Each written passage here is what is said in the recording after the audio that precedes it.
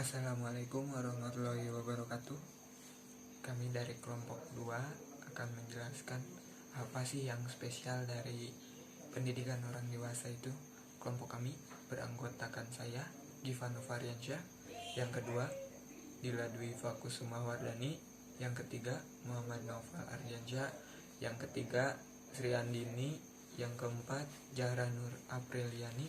Nah, untuk yang materi yang pertama akan disampaikan oleh saya sendiri, yaitu pendahuluan.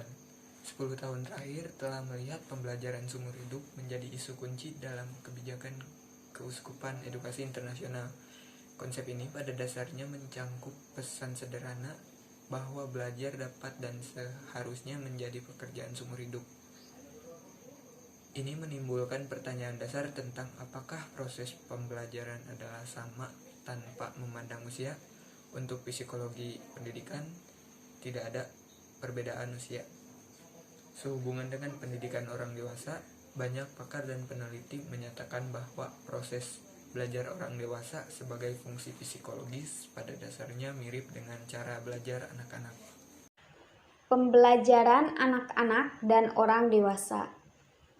Pada dasarnya, masa anak-anak adalah di mana manusia mengalami masa emasnya.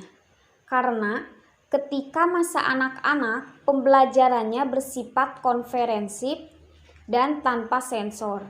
Anak belajar segalanya dalam genggamannya, melemparkan dirinya ke dalam segala hal dan hanya dibatasi oleh biologis perkembangannya dan alam sekitarnya. Sedangkan untuk orang dewasa, mereka harus mampu untuk bertanggung jawab atas tindakan yang mereka lakukan dan pilihan yang mereka ambil. Dan harus bisa memanfaatkan sumber daya yang ada di sekitarnya untuk pengembangan diri. Tidak seperti anak-anak yang menunggu dari orang lain, tetapi ketika mencapai usia dewasa, diharuskan untuk mencari hal-hal yang mampu mengembangkan potensi yang ada di setiap manusia. C. Kapasitas belajar. Kapasitas belajar merupakan kemampuan potensial yang dimiliki anak dalam memenuhi kebutuhan dan permasalahan hidupnya. Selain itu, kapasitas belajar atau inteligensi sebagai keahlian untuk memecahkan masalah serta kemampuan untuk beradaptasi dan belajar dari pengalaman hidup sehari-hari. Teori belajar kognitif yang dikemukakan oleh Jean Piaget pada tahun 1930.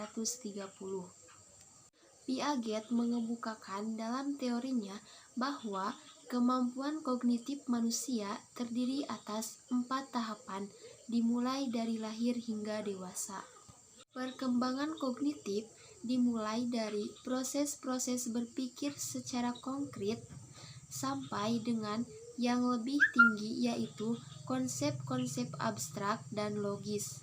Piaget meyakini bahwa anak-anak secara alami memiliki ketertarikan terhadap dunia dan secara aktif mencari informasi yang dapat membantu mereka memahami dunia tersebut. Tapi, perkembangan struktural berakhir ketika seorang anak pada usia 11 sampai 13 mencapai tingkat maloperasional yang memungkinkan pemikiran logis deduktif sebagai melengkapi bentuk pemikiran dan pembelajaran yang diperoleh pada tahap awal. Selanjutnya ada D, pembelajaran yang dilembagakan.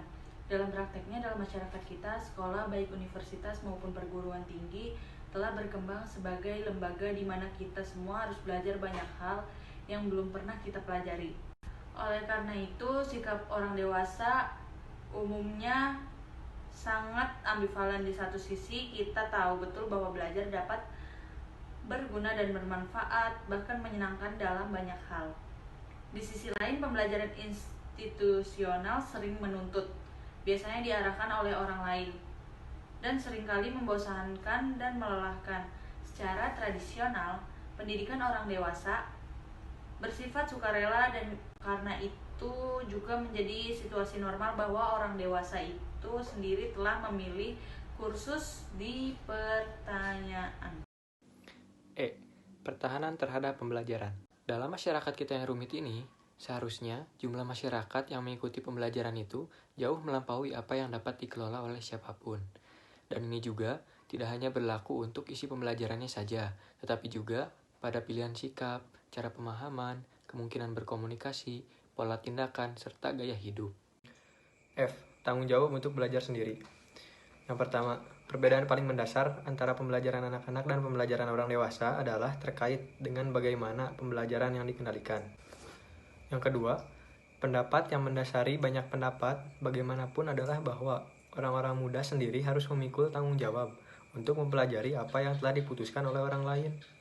Yang ketiga, kebanyakan orang dewasa, kecuali mungkin yang termuda, entah bagaimana tampaknya, telah memperoleh persepsi bahwa pembelajaran yang dilembagakan adalah sesuatu yang dimiliki oleh masa kanak-kanak dan remaja.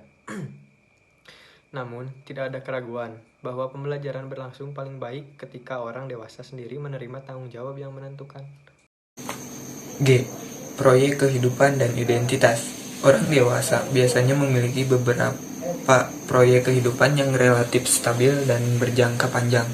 Misalnya, proyek kerja yang menyangkut pekerjaan yang memuaskan secara pribadi dan finansial. Mungkin proyek waktu senggang tentang hobi, atau proyek keyakinan yang mungkin bersifat religius atau politis. Proyek kehidupan ini tertanam dalam sejarah kehidupan, situasi sekarang, dan kemungkinan perspektif masa depan individu yang terkait erat dengan apa yang kita sebut identitas.